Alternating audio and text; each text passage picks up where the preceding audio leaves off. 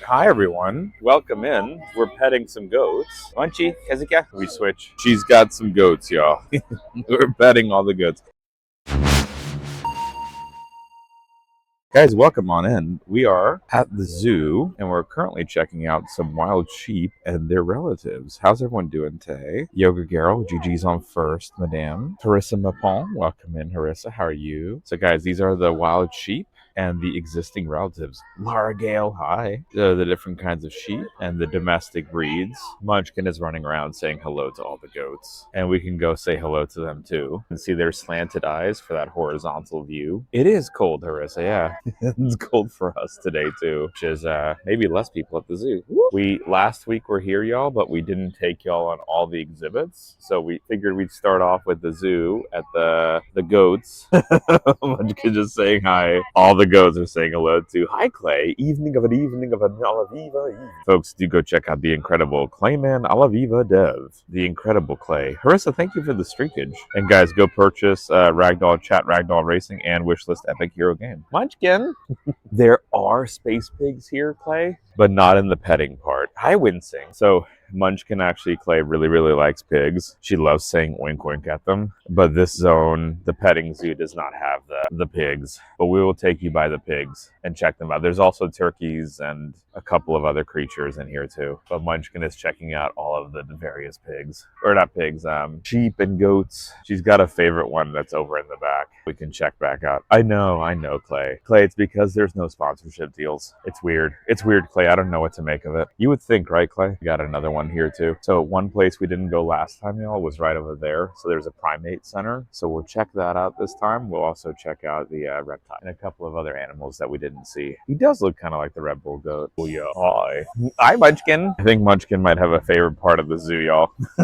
Just running around touching goats. There's also a duck exhibit right nearby and wild goose. She just multi-touching every goat. Yeah. And there is some information, y'all, on some goat genetics. So we can see there's a couple of different types of goat. Here's the Clayman Alaviva goat, as you can see, because he's jacked and beautiful. Jimble, actually, Jimmy, you can feed them. There is a feeding opportunity of the ducks if you so chose. Alpine ibex, the Benzor goat, which is what we have most of our modern ancestors from, the Markar goat, and the musk ox. And then here are your domesticated goats, all ranging from the Benzor goat, again, originating from the Middle East, Turkey to Pakistan. And I think in this exhibit, there is a Nigerian dwarf goat.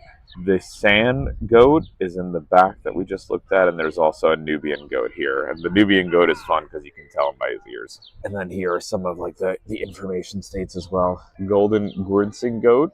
Oberhassi goat. So we got a Swiss goat and a US goat here. Guys, I hope everyone is having a lovely day today. Thank y'all again for the incredible stream yesterday. We raised over $1,000 for World Wildlife Fund charity yesterday. Oh, you can also see the endangered status of these. So threatened for Oberhassi, no danger for the golden Guernsey. And actually, y'all, one of the goats that are here, we'll go try to find him because he's in here. The opera goat from New Zealand, and it's critically endangered. So we do have a critically endangered goat. Hi. You know, one of the goats here is critically endangered. This guy, the ARPA goat. Can we switch for a few minutes? I can pet some with Munchkin. Guys, I'm going to hand you over to Lita. Hey, y'all. We're going to watch Balint and the Munchkin pet the goats. She has made sure to say hi to every single goat. She has a pretty good memory for it because there was one goat up at the entrance that she did not get. There was a little cluster of them, and there was one that she did not get to say hello to. And she made sure we went running back just to specifically say hi to that goat. Yogurt Girl, how are you? Also, y'all, thank you so much for being here, hanging out with us on a Sunday. We are back at the zoo, as I'm sure Balint has already said. And yes, we're starting in the petting zoo. We thought it'd be fun for Munchkin since she liked the goats so much.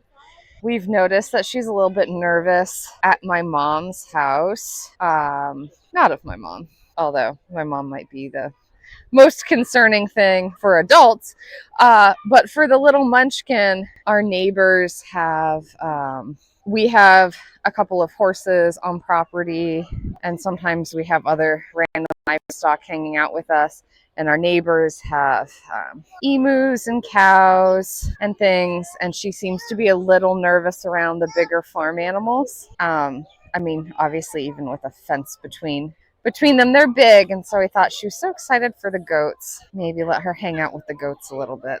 Harissa, how are you? So most of these goats are domestic, as in we have been breeding them for quite some time. Some of that is, I don't actually know the breed off of the top of my head. I don't know as much about goats and sheep as I do other animals. When I vet teched, I can tell you that goats were my least favorite animal to work on because we were large animal vet, and goats can jump like deer and they are shockingly strong. I've been dragged down hills by some of the larger goats when I was trying to vaccinate them. I got really good at hip checking goats.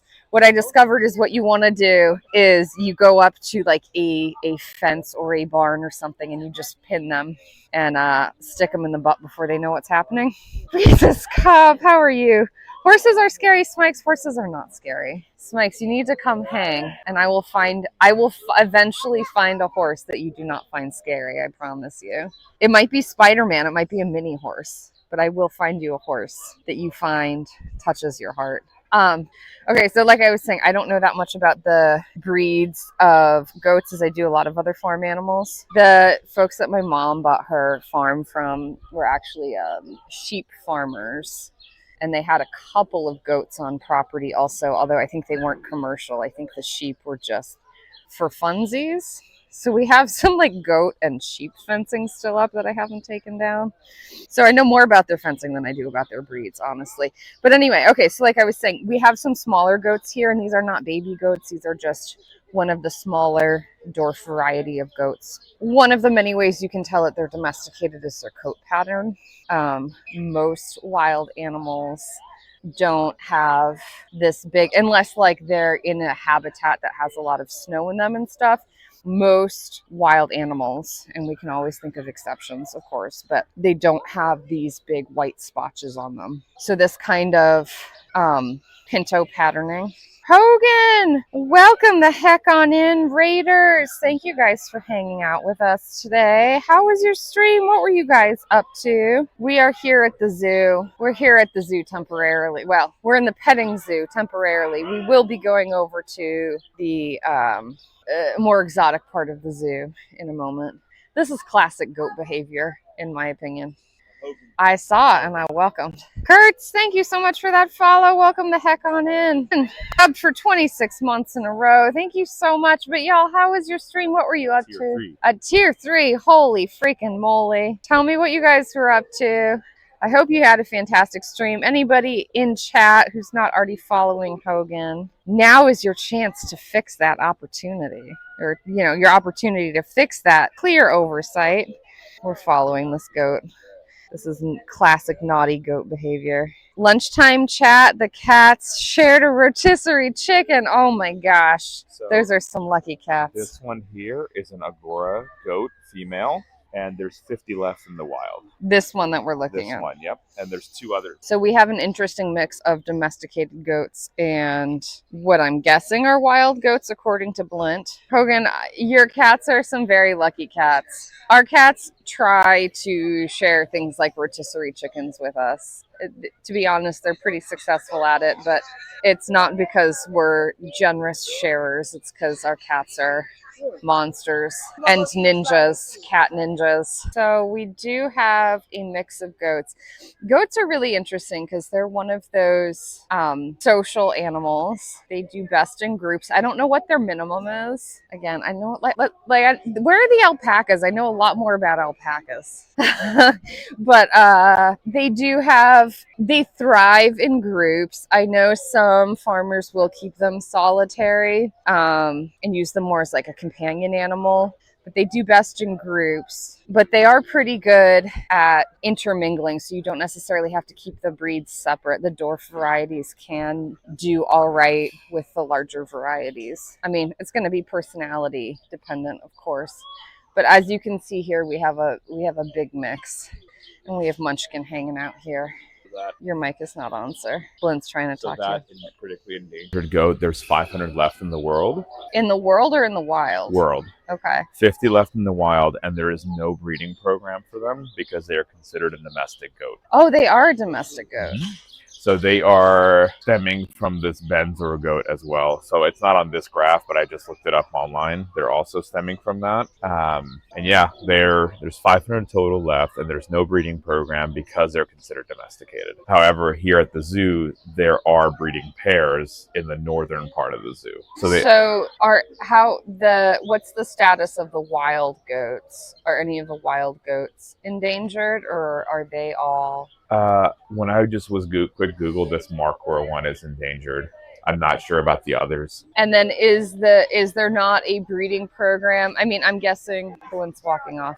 I'm guessing there's not a zoo coordinated breeding program because they're not considered wild goats, which makes a lot more sense to me as to why they'd be grouped together here. But that doesn't mean that they're not culturally significant. So that would be something. Maybe we'll do a little research into that. And we'll check back in with you guys.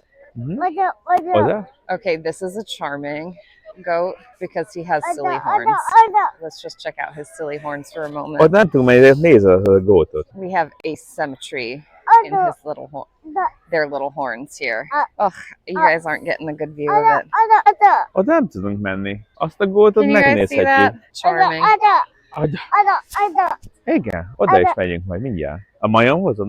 Munchkin has lots of opinions about goats right now. All right, shall we continue on our way, do you think? Yeah, we can go out. We'll wash hands, Munchkin, as she sticks her fingers in her hand. We'll come back. She's saying no. She does not agree. She does not agree. Munchkin, we're going to go look at other animals, and then we'll come back and say goodbye to all the goats again, okay? Bika. Yeah, bye. Bye, goats. Thank you. Oh. All right, y'all. You got it. Thank you. Thank you. All right, bye. Oh, Munchkin is not thrilled about us exiting the goat area. Yeah, let's go. Give us a second. We'll wash hands. And then, okay. We can observe Balint in the wild helping the Munchkin with hand washing. How's that for content? She's usually a good hand washer. See how she does. We have some protests going on. Please. Somebody cannot clip that and time it. Was that a 20-second public health approved hand wash? I don't know, but we'll call it. We'll also ignore the fact that despite best efforts, she kept sticking her fingers in her mouth after petting goats. You don't want her to walk around, hun? No, we're going to go. We'll just continue on. Okay. We'll see. I'm going to turn my mic off and I'm going to wash my hands. Alrighty, y'all. Lita's going to go wash her hands. While Lita goes and wash her hands, we'll go over here and look at some of the ducks. Munchkin, what do you think of the goat? No, she didn't think so. Tatum, we were just petting the goats, as Munchkin likes to say. Guys, speaking of someone who is the goats, but not like the animal, but rather the greatest of all time, is our friend Tatum 44. Etch a Sketch Wizard, regular Sketch Wizard, Peach Pit Carver, stacker of 44 golf balls in the back of his hand. All right, shall we check out the reptile house since we didn't look at that last time? Yeah, go ahead. There's the Muncherino, y'all. We just got petting with some goats, and Tatum, it was cool because there's actually a critically endangered goat in that enclosure that you can pet. We'll go look at it, Munchkin. See the Munchkin? Got a couple of different duck species here. What's neat is they've got this netting over it. Do you see a beka? Where's beka? We're gonna find some beka, okay? She's looking for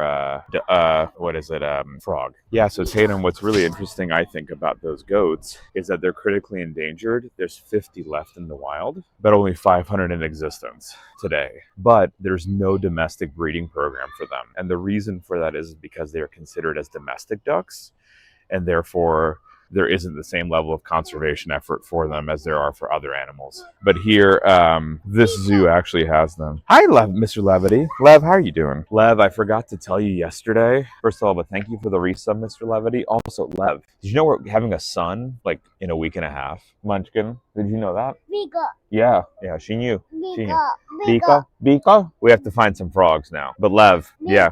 Bika. That's the Hungarian word for frog. Bika. Guys, as to fulfill the contractual friendship obligation with Mr. Eugene P. Levity. I usually wait to shout out Trey a little bit later when we've got more folks in. We'll also give that one too. Hi, Jonathan. Munchie, hi. No? All right. Thank you, Liv. There we go. There's our little duck friends here. Munchkin wants us to show you all the frogs. Bika. So we actually didn't go into the reptile house last time. It's true, Hogan.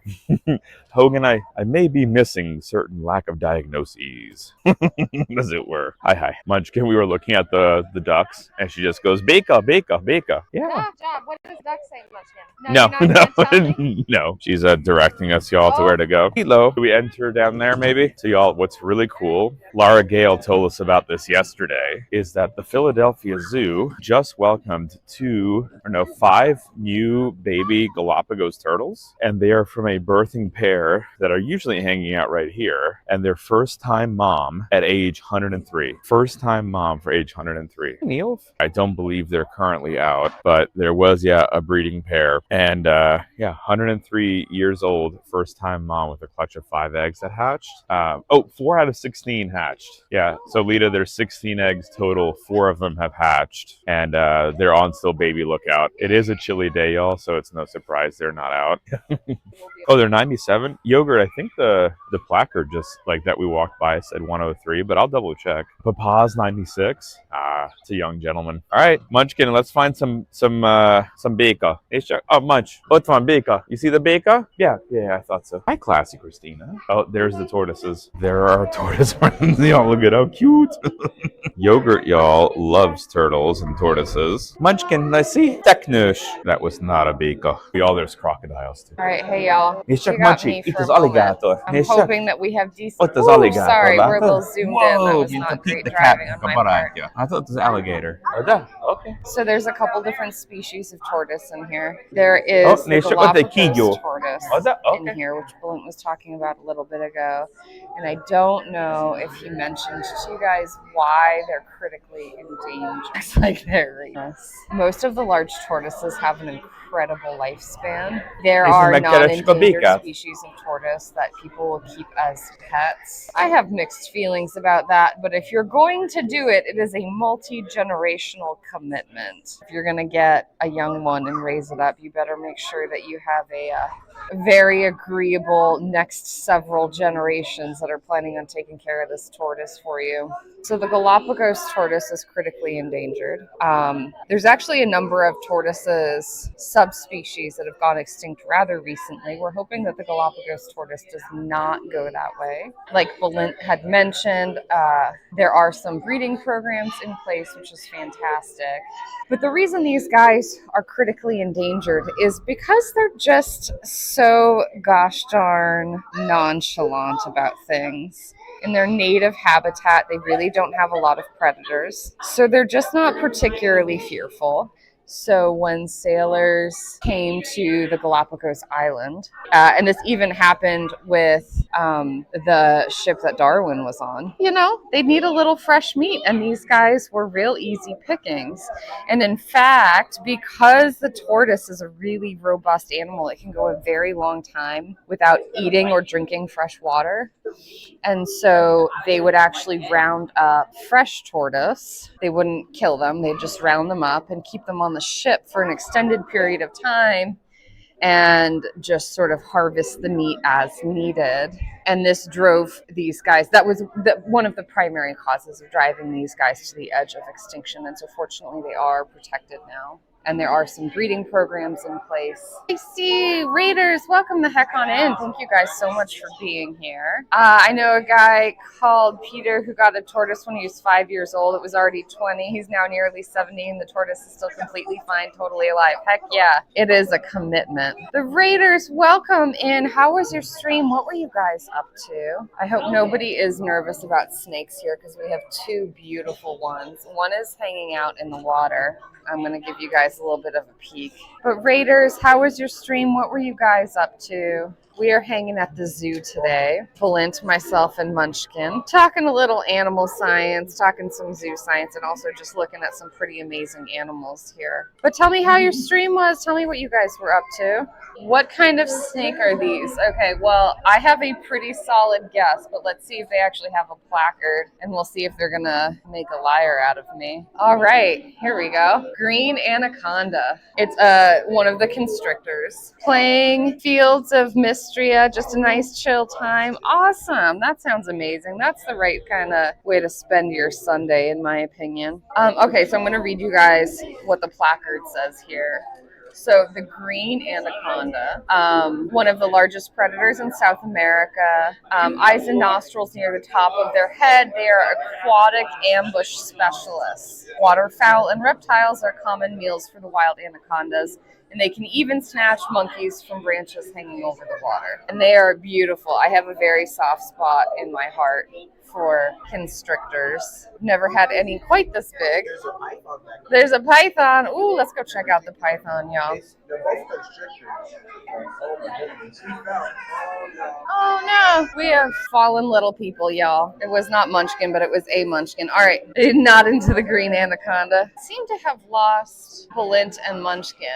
We're bypassing a few cool exhibits. I think we'll loop back, but let's see if we can find Balint and Munchkin quickly here, just to check in with them. Python's your favorite. Love the reticulated python. Yes, apparently a young man was just telling me there is a reticulated python hanging out somewhere here. I adore snakes. I've had many in my lifetime just come hang out with me for little periods when they needed temporary housing, as we were trying to find them a home, for instance, or maybe needed a little bit of rehabilitation. So I've had quite a few snakes. I ended up keeping a couple for myself just because they got very close to my heart. I keep thinking about getting another snake because I really adore them. I would try to get one, not from a pet store, but that was maybe a rescue, because again, a lot of people will get snakes and lizards not realizing either what kind of commitment they are or how big they're planning on getting. They start off small, but they can get kind of big. Y'all, I seem to have lost the Munchkin. But Balint is not a snake person, to say the least. And then I do worry. We have so many cats right now, I just couldn't do it. I would worry about the safety of the snake. I'm sure we would have a separate room for them, but still, you worry. Our cats are not particularly excellent hunters, though. All right, y'all. We're going to loop back, and then I'll make sure that we take a close look at a lot of these cool guys. But I am trying to locate the Munchkin, and I should probably go retrieve the stroller because I parked it at the entrance, thinking that this was a much smaller building than it actually is. So you guys might just come on a journey with me. All right, everyone. Still no Munchkin. Oh, I hear somebody yelling for Anya. So I'm guessing, unless there's another Hungarian speaker here, I'm guessing that's someone looking for me. What happened, Munchkin? Let's trade. All right, y'all, I'm going to give you to Balint. I'm going to take the Munchkin. Alrighty, y'all. Back in my hands. Let's go exploring. Hey, C. Welcome in. DD Builds. Welcome. I hope y'all had a great stream. Guys, do go check out the lovely Prince DD Builds as well. Prince DD is a lovely maker and crafter. And he's a prince in 13 provinces. Who knew? So, this is a caiman lizard, y'all. It's the caiman lizard. Carnivorous. Feeds on invertebrates such as snails, crawfish, and clams. Not endangered. From South America like Brazil, Colombia. The habitat is pretty cool to see. So you got the sunbathing zone. There's a bit of aquatic as well. And then another heat lamp over here too. If you want to see Hogan, a really, really cool, show you in just a second. So this is the sail fin lizard, Hogan. And this one has one of my favorite types of tails. So there is the lizard itself, but look at the back of its tail. So again, that's the sail fin component of it. So it's a native range of only 2 islands in Indonesia. So only 2 islands in Indonesia actually have these lizards.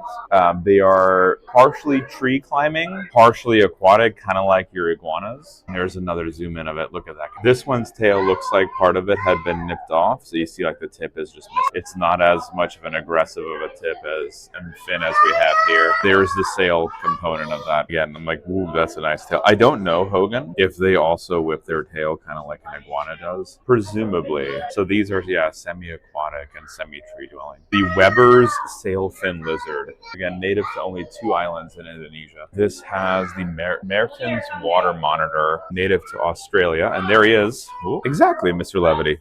We have family in Mission anyway, so don't worry about it. This one's from Australia. Cool to see his face. There is the monitor lizard right here. I think we can get a kind of a side view of him. Of course, Mr. Levity. We weren't supposed to get a good look at him. He's like, what is going on? Hi, Munchkin. Should get a snack. There's the monitor. Believe so, Hogan. aquarium. That's the way I was seeing it. This has one of my favorite. You know, what we've got in here, you'll see in just a sec, is the fly river turtle. This is from New Guinea, and its nose is my favorite. So any guesses as to what they're also called? Mr. Levity, thank you for the gifty to Shark Geek. Thank you, Lev. Guesses as to what they're called in addition to the river turtle name? The other colloquial name is a pig turtle, and that's because of its nose. There we go. Pig-nosed turtle. Lev, thank you again for that gifty to the lovely shark. What do you think about that turtle? Attack him. So y'all see here, endangered, right in the middle. And this one's name is Meatball and has been around at the Philadelphia Zoo since 1970. There you go. That guy's name is Meatball. We've got a common Florida snap turtle. Snapper a little bit better down here. It's beautiful. A very, very different structure than our last turtle meat snapper. Beautiful shell. Thank you, Lev, for being here, sir. Yeah, Lev, I think it's really cool. There's a lot of rules and regulations for animals. So it's in the worldwide, the organization is called the AZA, Association of Zoos and Aquariums, but it's opt-in certain places, and so are the rules and regulations for it. Oh, this guy's name is Tyler. And he's been here since 2018. We also have dwarf caimans here. So here we go. So this is actually an interesting story, I think. So these were seized during illegal trafficking, and there's some growth damage on them because they were malnourished when they arrived at the zoo, but they've since made a full recovery. So again, these are dwarf caimans. These are now adult size. I'll zoom out to give you all a sense of size. So like my hand here, honestly, like maybe 3 hand lengths. They're not big at all, down to their tails. And then here's one in the horizontal view too. Nope, not blind on this one. It said that they were, I don't think so. Let me double check the placard. No, so one of them, Lev, says on their bodies that they've got an abnormal jawline, and that is a permanent deformity that these caiman have, and that's due to malnutrition. So they were malnourished upon from the location when they were seized. So it was a zoo that was not accredited, and they were not taking care of the animals, and so it resulted in jawline malformations that can't yet be corrected, unfortunately. So they will be permanently like that.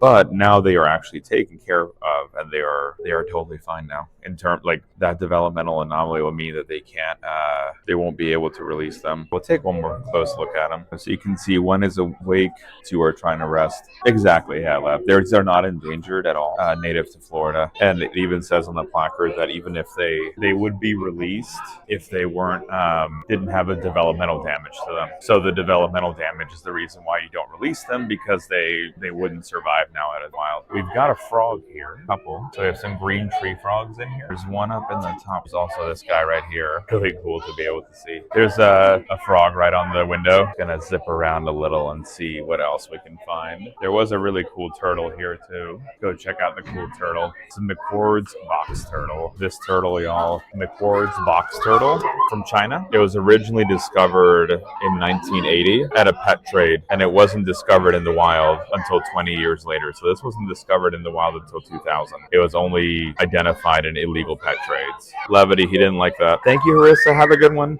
Levity, he did not like that. Yeah, yep, sounds good. I'll just walk around.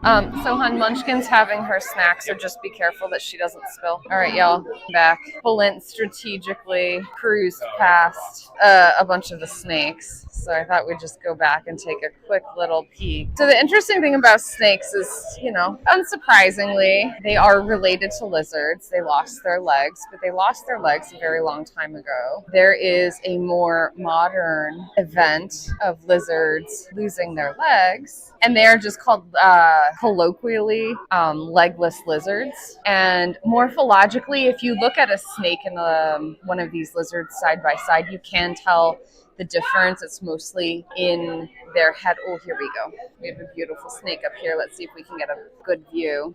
Maybe we'll try the other side. So you can tell the difference from them morphologically, but if you were just to look, especially if they're side by side, to do a comparison, you can see you'll be able to tell the difference, and it's quite noticeable. But if you were to just pass one in the wild, you would most likely think it was a snake. I think they move similarly to snakes, maybe not identically, but they move similarly. That's one of the ways you can tell them apart. Actually, experts will talk about that. So this is the emerald tree boa, for those of you who are wondering. It is a proper snake, not a legless lizard. I just think it's interesting that evolution, as we've seen many times before, reaches sort of the same conclusion. It will find the same answer sort of multiple times. This guy's just hanging out. I just love trees. Something about tree snakes. Maybe just because they cuddle up like this and just hang ever so elegantly in the branches that you give them. Something about them is just so charming to me. So this is a South American species. It's not endangered, for those of you who are wondering, but it is still beautiful and spectacular and absolutely worth preserving. Like the heat-sensitive pit organs on their face. Yeah, I cannot get over. Snakes are magnificent, but I've gotten kind of interested in. I wish we could get a better look at this guy's eyes. I love talking about the difference between different snake pupils, but we might not be able to get a good view on this one. Oops, sorry, y'all. Drifting out of focus here. But I was hoping actually maybe to be able to do a side-by-side for you guys if they had any legless lizards, but I haven't seen any on exhibit. There are a few native species in New Jersey, and I thought when the weather's a little bit nicer, it could actually be fun to maybe go on a little bit of an expedition and try to find some native ones. Some of them are pretty common. So this tree boa is cohabitating with a smooth-sided toad. I'm going to see if I can get a good view of him down here. Kind of tucked in between the trees here. Snakes are so cool. Had a beautiful indigo snake when I was in middle school. Awesome. I adore snakes. I actually think they make great pets, but they have some unique needs. I had one that I had gotten off of a rescue situation that I decided to keep because he was really cuddly, which sounds silly, but he would just I'd wear a lot of hoodies and he'd just curl up. He'd just curl up either in like the pocket of the hoodie or in the hood of the hoodie and hang out all day with me. Very happily, every now and again, he'd stick his head out and scare the dickens out of somebody because they wouldn't necessarily expect me to have a snake. And he had a bright red head. He was beautiful and really docile after we got his health up. The reason he had been up for adoption is because he'd gotten quite aggressive, but what we determined is he was really just aggressive because he wasn't being fed enough. So he was hungry and he was biting anything that would move, which would include human hands. So once we got his weight up and made sure he was on a really regular diet, he was just the friendliest, most docile snake I've ever seen. He was fantastic. So the difference between toads and frogs are very closely related. So toads are actually a sort of subcategory of frog. So all toads are frogs, not all frogs are toads, as it were.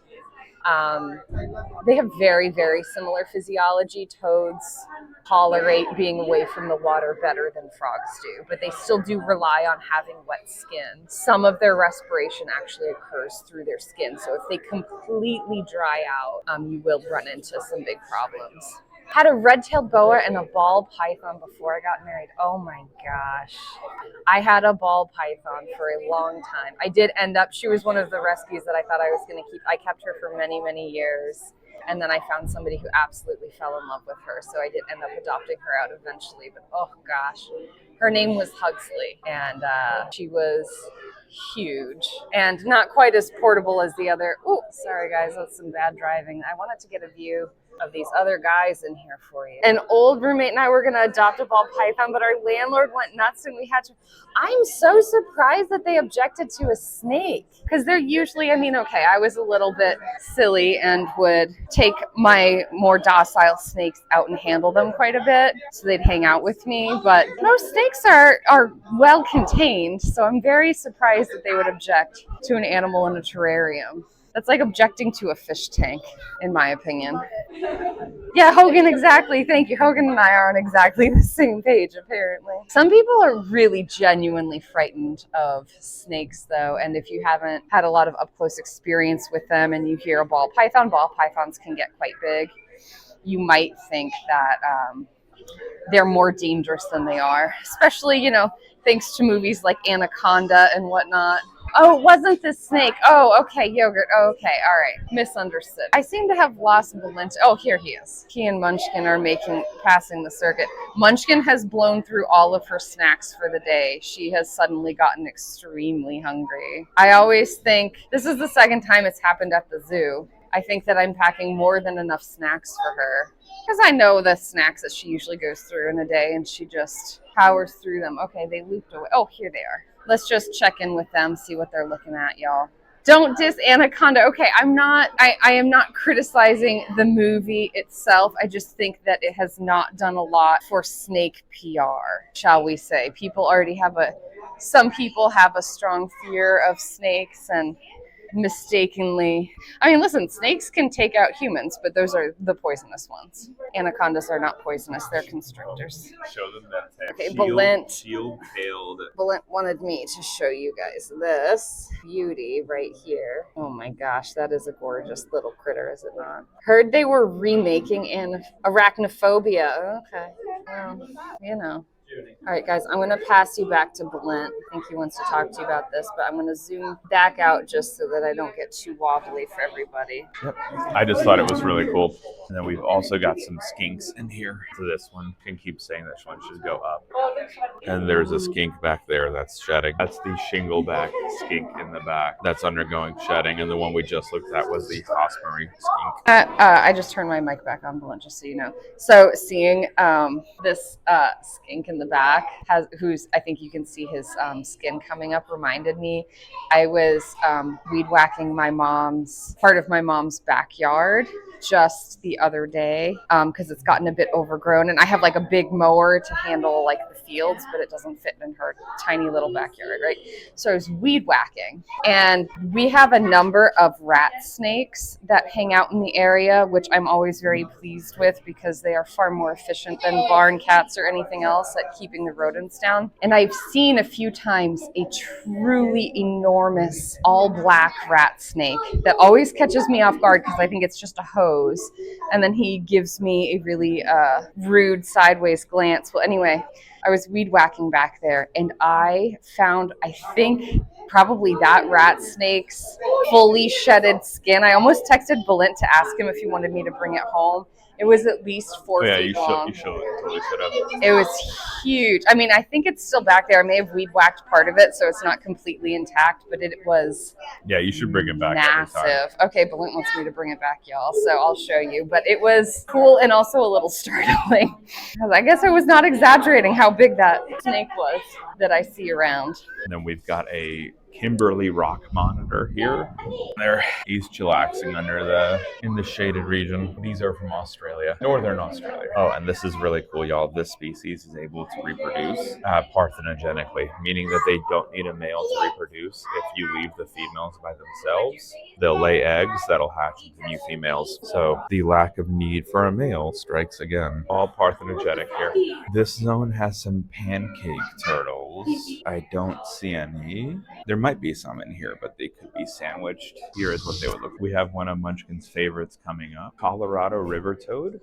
These have very potent toxic defenses. The toxin glands, actually you can see on this animal. So you all see right behind the eyes, there is this looks almost like a growth. You can see it easier on this guy. You all see right behind the ear, or not ear, the eyes, it looks like an enlarged ear. So that is the poison gland. When threatened, it releases some of that poison on top of it. These are again from Colorado. Munchkin was very excited to see these frogs.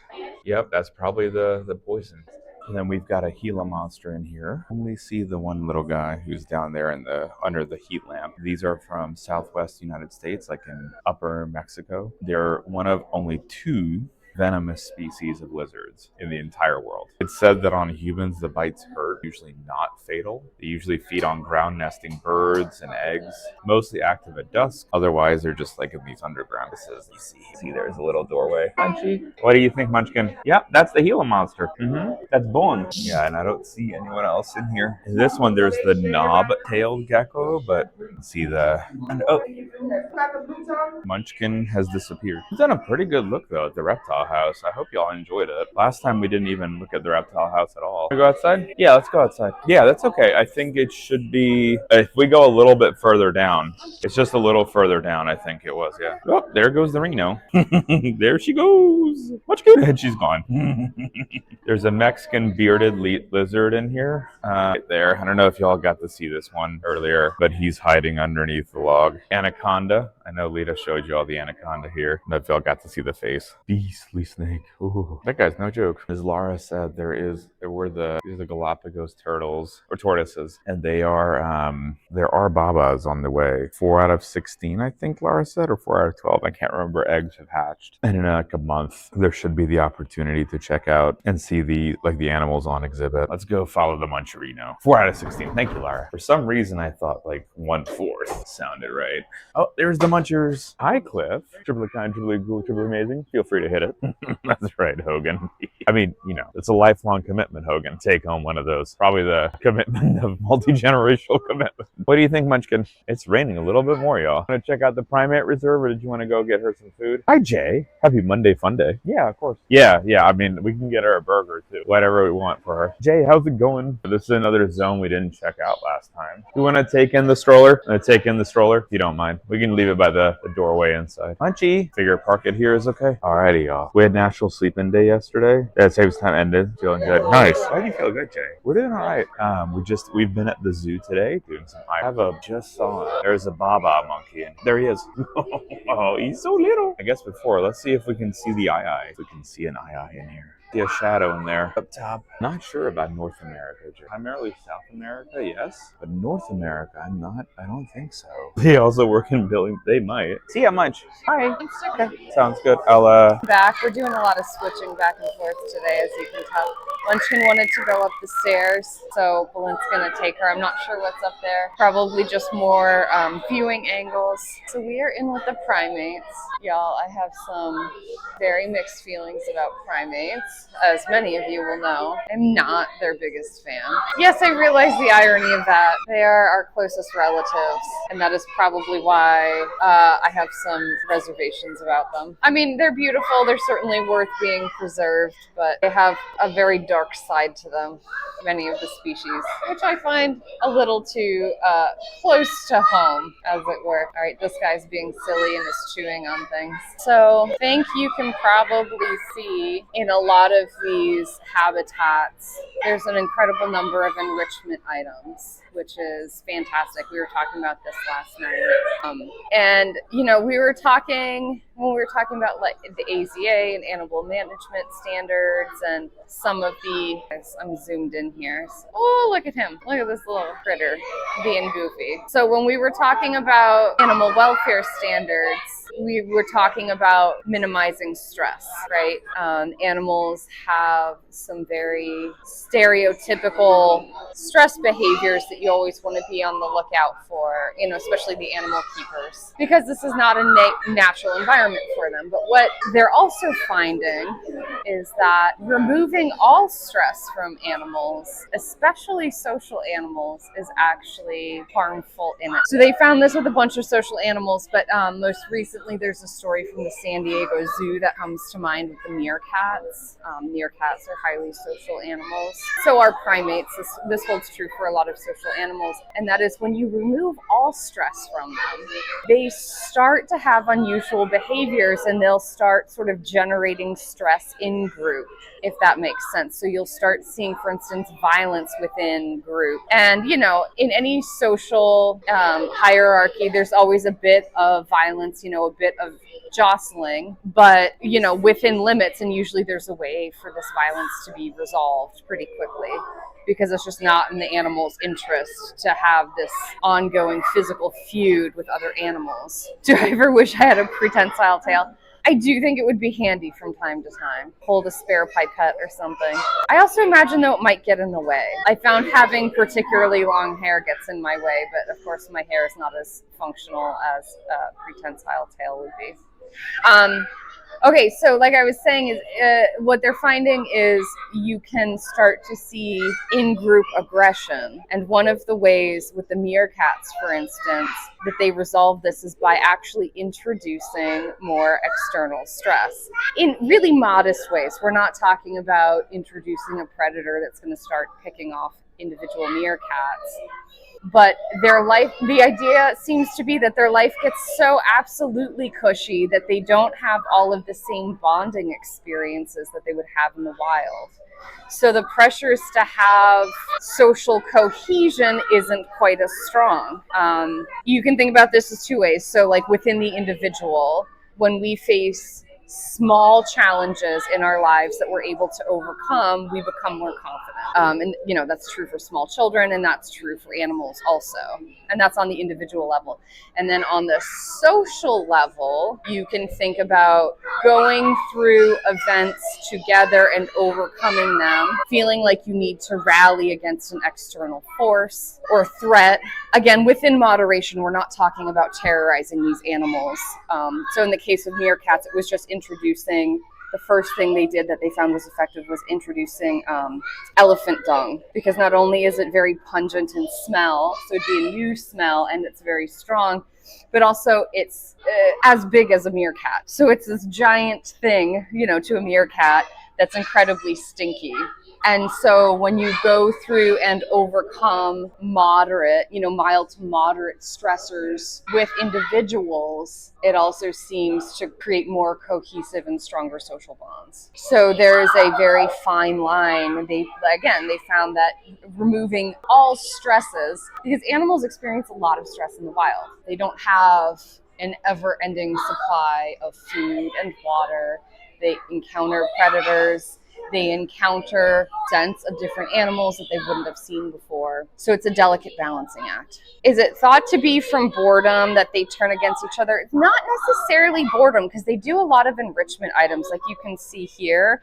You could argue that some enrichment could be a form of very, very mild stress, introducing new objects and also having animals come up with problem solving in order to retrieve their food could be a very mild form of stress.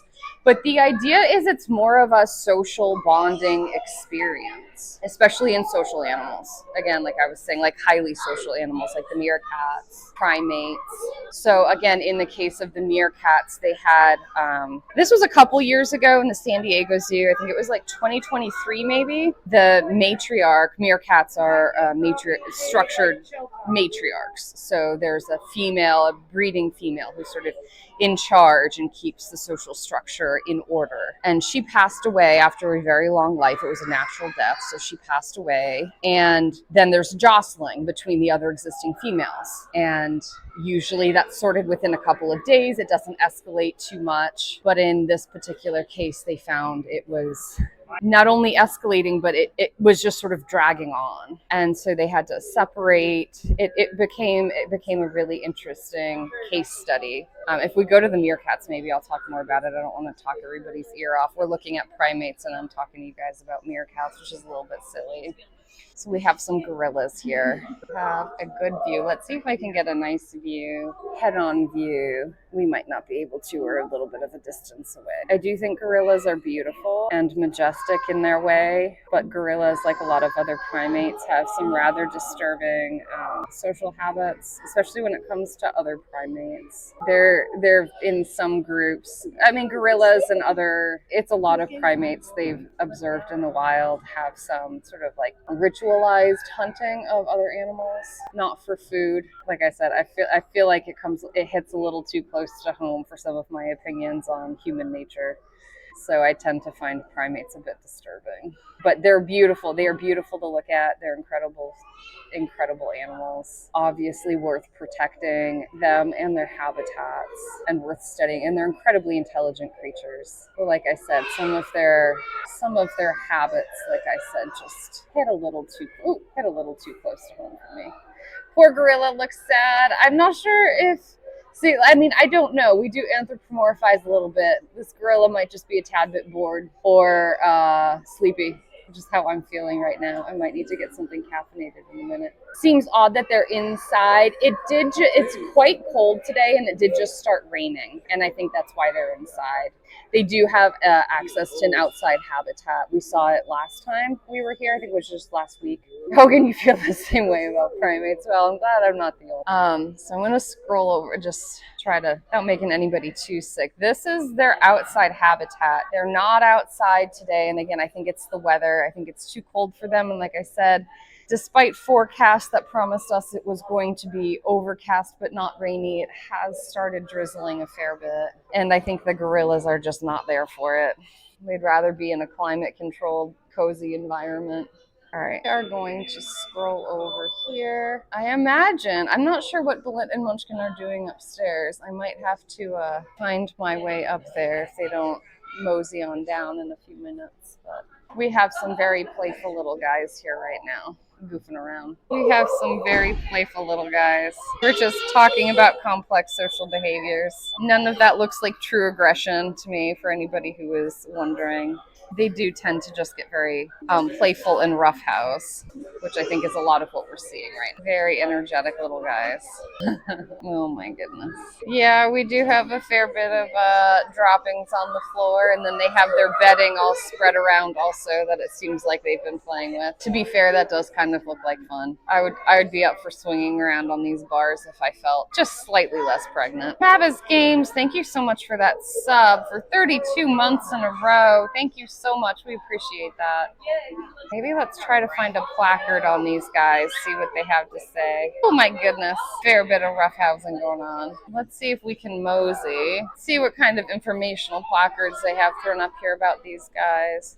And then we might try to track down Balint in a minute. Okay, well, interesting. They may be in a different habitat. We do have some names here, individual names that we can try to take a peek at. So they are playful, but not super young, depending on how you look at it. We have a male, Mercury, born in 1990. Venus, the lighter colored one that we were just seeing a moment ago, 1989. Polaris, 2018. Ophelia, 2001. And oh my goodness, the little tiny stinker, 2024. Eros. If they decide to stand still, I think we have one, the small one that we were seeing in there just a few minutes ago, I think is probably Eros. The other ones, I think we'd need to get a closer look at their beautiful mugs in order, at least for me to tell the difference of them. Aside from our lovely tan lady over there. Ooh, let's see.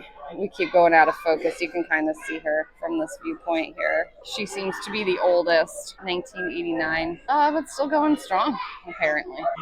All right, y'all, let's go try to track down Balint and the Munchkin. For a minute, you thought they were named after astronomy. I know, a lot of crossover. Astronomy and classic, Greek, Roman, etc. mythology. All right, I think I'm gonna try to take these stairs, y'all. Oh, I'm so sorry. Y'all, I'm not watching where I'm going. I'm running into little munchkins. We'll take a peek upstairs, see if we can, oh, nope, I take it back. I see Balint. He's gone downstairs. Oh, and some of the gorillas have decided to venture outside. You can see them there. We're gonna just go down and take a peek. We're gonna check in on how Munchkin's doing. She had been acting quite hungry and asking some food, so we'll see how she's doing. Mostly. We could probably go and get her. You wanna eat? All right, let's go then. Y'all, we're going to go ahead and grab Muncherino some food. I think it's a wheelchair back. All she's asking for, y'all, is to see the goat. That's the biggest hit animal for Munchkin is the goat. And put her in her stroller? Do you? No, okay. The Pico Primate Preserve. Waiting for the Reno to get hooked up, and then we'll go ahead and keep going. You got it? No problem.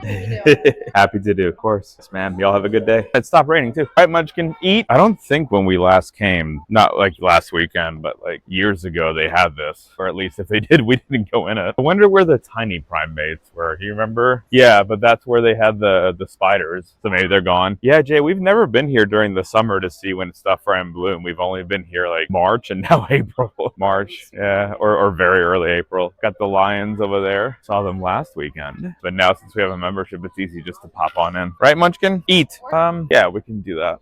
Yeah, Munch. Do you want me to just like walk around with her while you go get? Probably the easiest. No, it's okay. Yeah, sounds good. Nah, not right now. Yeah, go ahead, take it. We're gonna be over here at the Big Cat Falls. Okay. What's the onion cup with? So we'll check out the tigers here. And then Munchkin needs some food. Hi,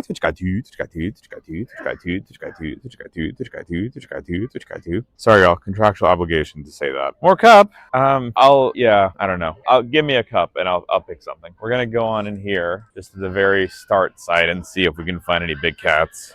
Beautifully posed female lion there. You see a Munchkin lion? Get a little bit closer for y'all. She is. Then the male is right there. Munchkin, what do you think of the lion? We got a tigers over on this side too. While Lita gets Muncherino. A little snook. We had the leopard in here. Murph, thank you for the T2 resub for 28 heckin' months. Thank you, Murph. Murph, I appreciate you very much. How are you doing today? We're at the Philly Zoo. Munchkin's right here, going around looking for some of the animals. We came last weekend, but didn't see all of the exhibits. And so we're like, well, let's go ahead and come right back. There's the tiger. You see the tiger, Munchkin? Munchie's very excited, yo. Right, Munchkin? Look at that, Munchkin. Whoa, there's the tiger. It is Hogan, yeah. So they have this basically a cat superhighway, and they can go walk between different exhibits. The cats can. So that's how they can cycle them too. You want to say hi? I think Munchkin the tiger is going up. Oh, it's Anya. He knows that we are here. There, we'll get another good look. Oh, do you want another good look, Munchkin? Here comes the tiger again. Oh, the tiger's gonna be right here. Take a look at the tiger. He's cool. And there's the jaguar. I didn't notice it. Let's see, he's right there. This one's name is Kira, born in 2013. She'll go back out so we can sit down so y'all can eat. We looked at the tiger and the bear, or not the bear, the lion, tiger, and the jaguar. Yeah. I don't know what. Take another close look. Do you see a Munchkin? For y'all there. Yeah, I can't remember what kind of bears. If when we came they had them. Oh yeah, the misbehaved children. Yeah, classy. Come on, Munchie, we'll go sit down so you can have some food. Yeah, maybe we'd love to check out the other zoos as well, like North Carolina one. And then Hogan, you asked about the superhighway. There's a kitty cat up there. I don't know who's up there. There is someone up there. Outdoor seating. It might be wet. Should I go ahead and fill up the water or the beverage then? I'll be. There you go again, Hogan. You can see the superhighway going from the other habitats. If only Hogan. Diet Coke can sponsor us. That's it's a much of the chiga. Yeah, snail. Yo, I guess they're getting ready for some big blooms. 3,100 plants, 4.5 pounds, 89 inches in height. They had similar displays at it was the Atlanta Botanical Garden we went to, right? When they did the Alice in Wonderland. I think so, yeah. Yep, it was. If y'all look back at the YouTube channel, we've got a bunch of stuff up from the IRL adventures. One of them is the Botanical Garden trip. Keep going, I think. If we zip around. Oh my goodness. Lana Lux. Well, Lana Lux, welcome in. Raiders. Hello. Lana, how is the stream? How is the game jam going? I hope it was excellent. Nana Banana, M Audio. Guys, welcome in. 1/3 of the stream here, Balint. That's the Muncherino. And Lita's right over there. Welcome on in, you guys. We're doing an IRL stream today from the Philadelphia Zoo. Talking zoo conservation, zoo science, and more. And looking at some pretty cool animals. We've gone through the reptile house, the primate exhibit, and we just saw some tigers and lions.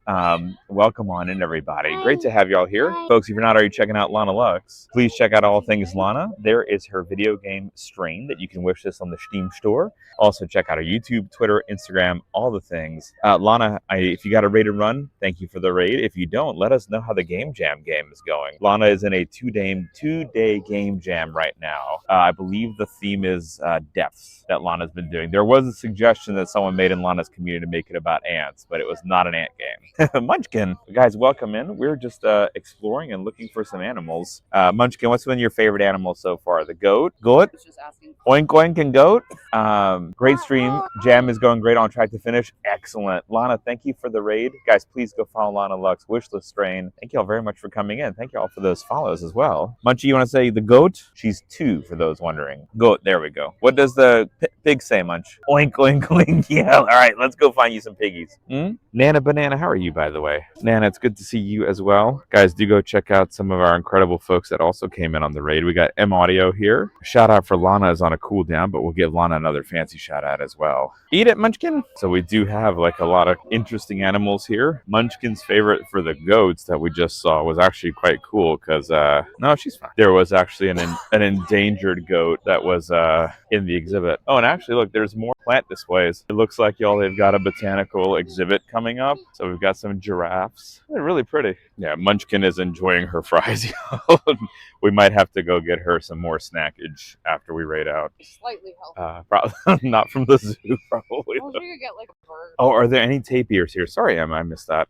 I do not believe there are tapirs here. It's a relatively, I mean, it's small, but I feel like the animals aren't too varied, right, Lita? Like there's, they've got kind of like the heavy hitters in terms of the lions and tiger and rhino. They don't have an elephant, but I believe they used to back in the day because there's elephant statues out front. Yeah, so I don't know if y'all can hear Lita because I think her mic might be off, but there are a lot of exhibits that are being made like under construction. So there's a really giant bear exhibit that is currently in repair or like in upgrade. So far, Nana, I think the goats. There's a little kids petting zoo. Oh, it does have tapirs, according to Lara Gale. Huh, they might be off exhibit then, Lara. Well, it's Lara says that there's a newborn with them, so then they're probably off exhibit, I would guess. How you doing, Sleazy? More? We might have to turn around right away. Hi, Kilted. Guys, check out All Things Kilted Ninja, the musical genius. There we go. All stuff Kilted. What? How you doing, Kilted? Looks like this one's closed, too. Adventures go well. We've checked out the most of the zoo that we didn't see last time. So we checked out the reptile house, the primate house, and we've checked out a couple of other creatures. I guess we actually showed you all the petting zoo this time, unlike last time we just took Munchkin. I guess we can go over to like the rhino to find out, and then we can stay a little bit longer. Get you more in a little bit. The ravenous rhino. Apparently there are, Sleazy. Yeah, I've seen the locations for those keys. We do not have any of the keys, but I've seen them advertised. So a lot of these zones are actually off exhibit right now, like the flamingos, because of the avian flu. So like redoing all of the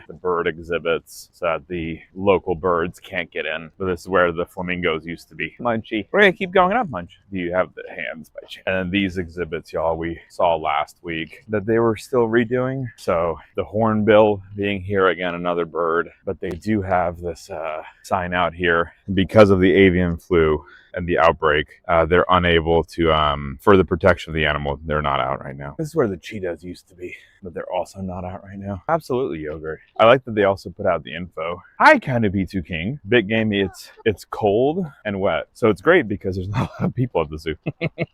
Might not be, yeah. Yeah, we got lucky with yeah, that is a chair munch. The indoor exhibits today. Oh, Captain Krabs is here. Hi, Captain Krabs, aka Captain Krabs. Your plushie was sitting on the edge of Muncherino's bed this morning when I went in. Guys, Captain Krabs only has 12 Captain Krabs plushies left, and so you want to go to the Etsy store and purchase it before you no longer have the opportunity to play. Did I get to work on my PlayStation Tan later today? Maybe, Jay. That's always a goal for a nice Sunday. Only 10 plushies now, Lita, the Captain Krabs variety. Munchkin, we're coming up to the pig. I'm perfect.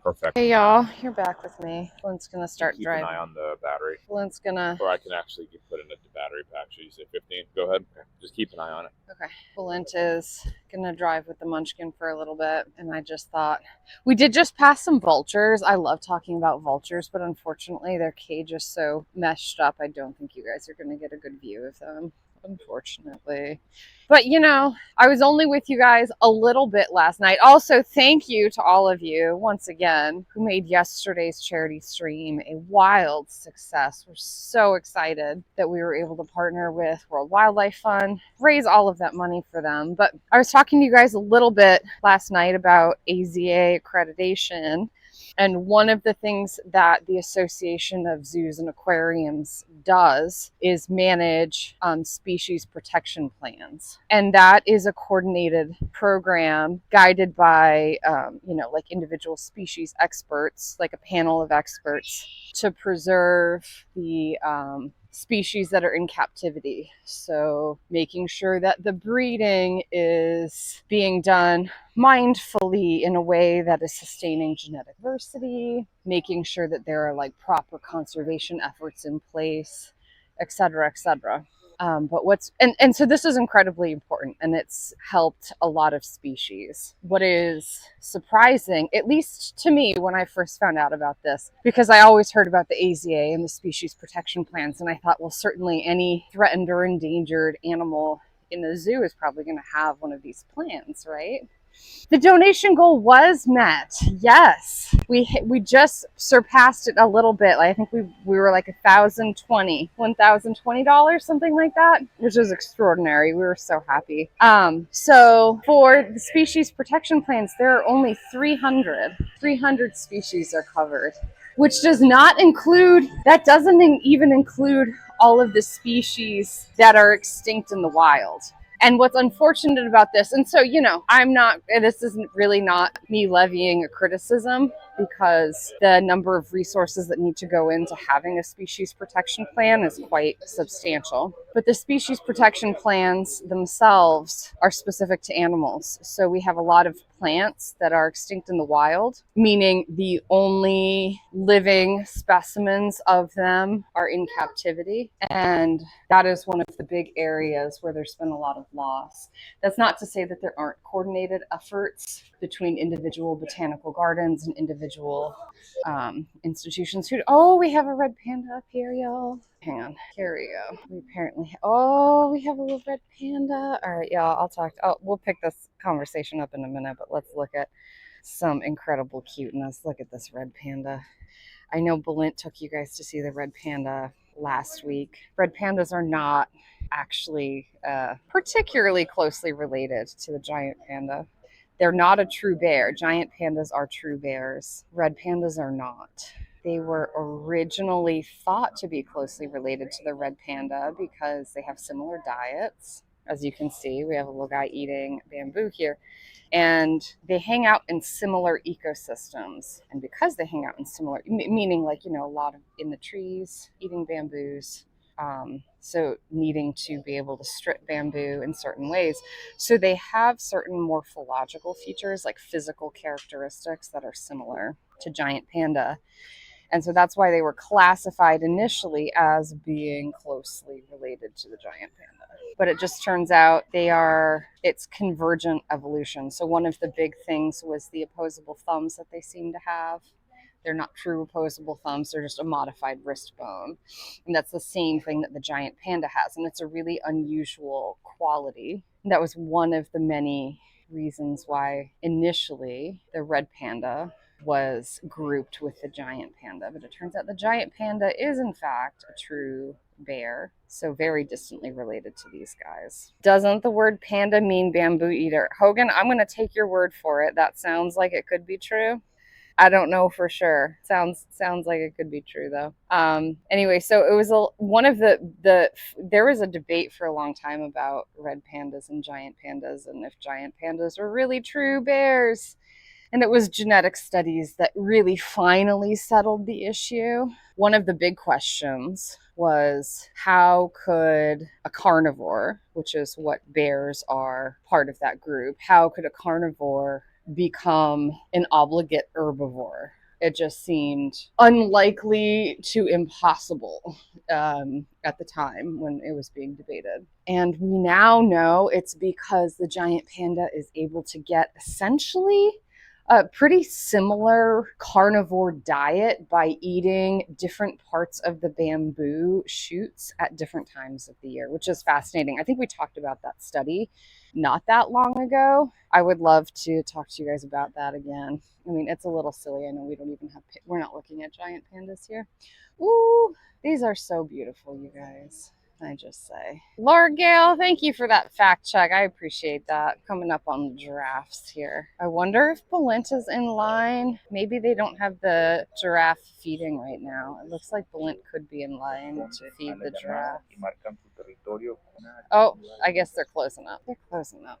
If you squish an ant, what color do you see? Asking for a friend. Well, we can ask Balint, but it depends on the species of ant. Their hemolymph, like their juices, are clear, but sometimes the pigmentation either from their glands or from their cuticle can sometimes come out. With flies, if you squish like a fruit fly, it will look red, and a lot of people who don't work with fruit flies I think that's because they have red blood, and it's actually their eye pigment that is smearing. I know these horns. Are these not beautiful? Any kind of horned cattle gives me great pause, y'all, but that's just from my time on farms. Any horned cattle doesn't have to be a bull necessarily, gives me considerable pause. Oh my goodness, these guys. Are these beautiful or what, y'all? So squishy ants are clear. Well, we'll check with Balint. Again, I think it's going to depend on the species because sometimes if they have really pigmented cuticle, if you were to just dissect apart an ant, yes, it's clear. Their organs are clear and their hemolymph, like their blood and juices, are clear because they don't have red blood cells like us squishy humans have, which is what gives our blood its color. But where is Balint? Oh, there he is. Okay, let's pass this off to Balint and he can talk to you guys about that. And I will pick up on, okay. Do you want to, I thought you could take over. Okay. There were some ant questions for you also. Okay, we're going to just hang with Munchkin for a moment. Why do cows wear bells? Because their horns don't work. That is one of my favorite dad jokes of all times.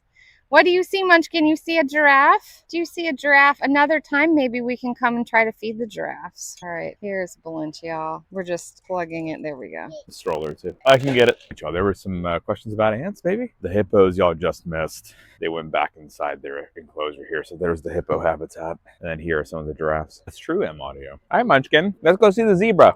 Ask what color you see if you squish an ant. Oh, okay. What stage, M Audio, of development? Are you thinking adult? Hi, Munch. Let's go see some zebra. Munchy, adult, embryo, pupa. So it's all going to be different based off that. Now, the reason for that is because the color that comes from the eyes, usually, like if you squish a fruit fly with red eyes, it'll look like it's red, but it's not actually red. It's in fact still clear in color. So if you squish like part of an ant that has, black eyes, that color could leach out and give you a wrong illusion of what the color is. Y'all, Smike's favorite animal is not out today. The Red River hogs are inside, it looks like. He's homesick today, seeing her. Aw, Jay, does Tui want us to go back and take a closer look? Hold on, Jay. I got you. Jay's kiddo is sick, so we're going to go back and take another look at the giraffes. Here you go, Mr. Spites. Yeah, Munchie. There we go. Yeah, it's species dependent for the coloration of the adult stage. So black if that is the natural color of said animal.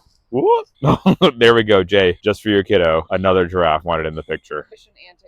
My argument was it would be clear unless the exoskeleton. That's what I was saying too, or the eyes. Yeah, but so like depending on like what color it is, that could influence what color it's gonna look like. Yeah, yep. Insides are. Yeah. See the giraffe, Munchie? Can you say hi to the giraffe? Oh, she's smiling ear to ear now. That's awesome. Excellent. They are really pretty, right? They actually had y'all I'll show you. There is a special feeder box right there. You can see right here on the right hand side, and they put some grain in there, and so you can see the really long tongue of the giraffe going inside that box. And again, it's dark in color, so it prevents them from getting sunburns. Identifiers, at least PIMCAT for us humans. They also have. Okay, let's keep going, Munch. Let's keep her lit then. Let's get you some food. Let's go check out Tony the rhino. Sounds good to me. CJ, they're not letting us go. They're just like, hey, I want to show you. Absolutely am. Munchie. Tony the rhino is out. His original name was not Tony. I believe it was like Jumbo. Yeah. And they renamed him because they thought residents of Philadelphia would not find him cool. So that's why he's Tony. Absolutely, Mr. Spites. It's our northern white rhino. Munchkin, there's Appa's favorite. Yeah, it's always been rhinos. There's something special about the white rhino's face. It is not PIMCAT. PIMCAT, they have the opportunity to go in and out on their own choice. So if they want to go inside, they can go in. Their gates are always open. They're, like Jay said, it's our chubby unicorn friend. Last time we were here, or no, was it? I can't remember. Lara Gale has gotten lots of animals pooping for us. I can't remember if last time we were here we also got a clip of this rhino making poops as well. Yep. Hogan, to quote the illustrious Irish John Games, Hogan, reverse rhino. Reverse rhino, Hogan. Zebra's here. Hi, Scully Wally. Skull Sereno, Skullicious. Catch up with Munch. We need to get her some food. I know you got one in the San Diego Zoo, Lara, and I just can't remember if you got more than one.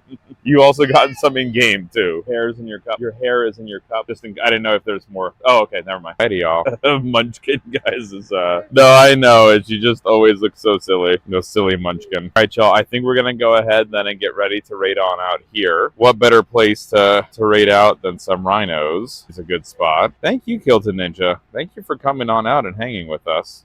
Assuming that Baba doesn't pop out this week, we'll be back for your regularly scheduled 7 days a week. Microscopy Monday is tomorrow, so we'll be looking at stuff under the microscope. Tuesday, model building, maybe soil testing with Lita. We'll see. Wednesday, science art. Thursday, we'll have some gaming. Friday, science news. Grab bag science on Saturday, and then if all goes well, next Sunday, we'll go to a dinosaur park that is not too far from us. They have large animatronic dinosaurs, so that is the upcoming plan for the rest of the week. And then remember, y'all, if anything seems like, why are we missing? Buster Brown is out. Keep up to date at Buster Brown. Join the Discord. Keep up to date on all of us. Check out the socials. Please like and subscribe. They are free to do. We go ahead. There's the socials as well. Folks, we're going to raid on over to a friendo, but we have a custom raid message that we're going to drop, okay? I'm going to write out the custom raid message now. Hi, Miss Yvette. You're just in time for the raid. So, guys, that's our raid message. It's Tuesday in it. It's Tuesday in it. That's our raid message for today. So, please grab that copy pasta. I promise you it will be worth grabbing that copy pasta. You will have a chuckle and a half. All right, guys, we're going to go ahead and fire up a raid-a-reno to lovely Ashley, Florida. We're going to get Munchkin some food. Thank you, Smikesies. We're going to go get Munchkin some food, and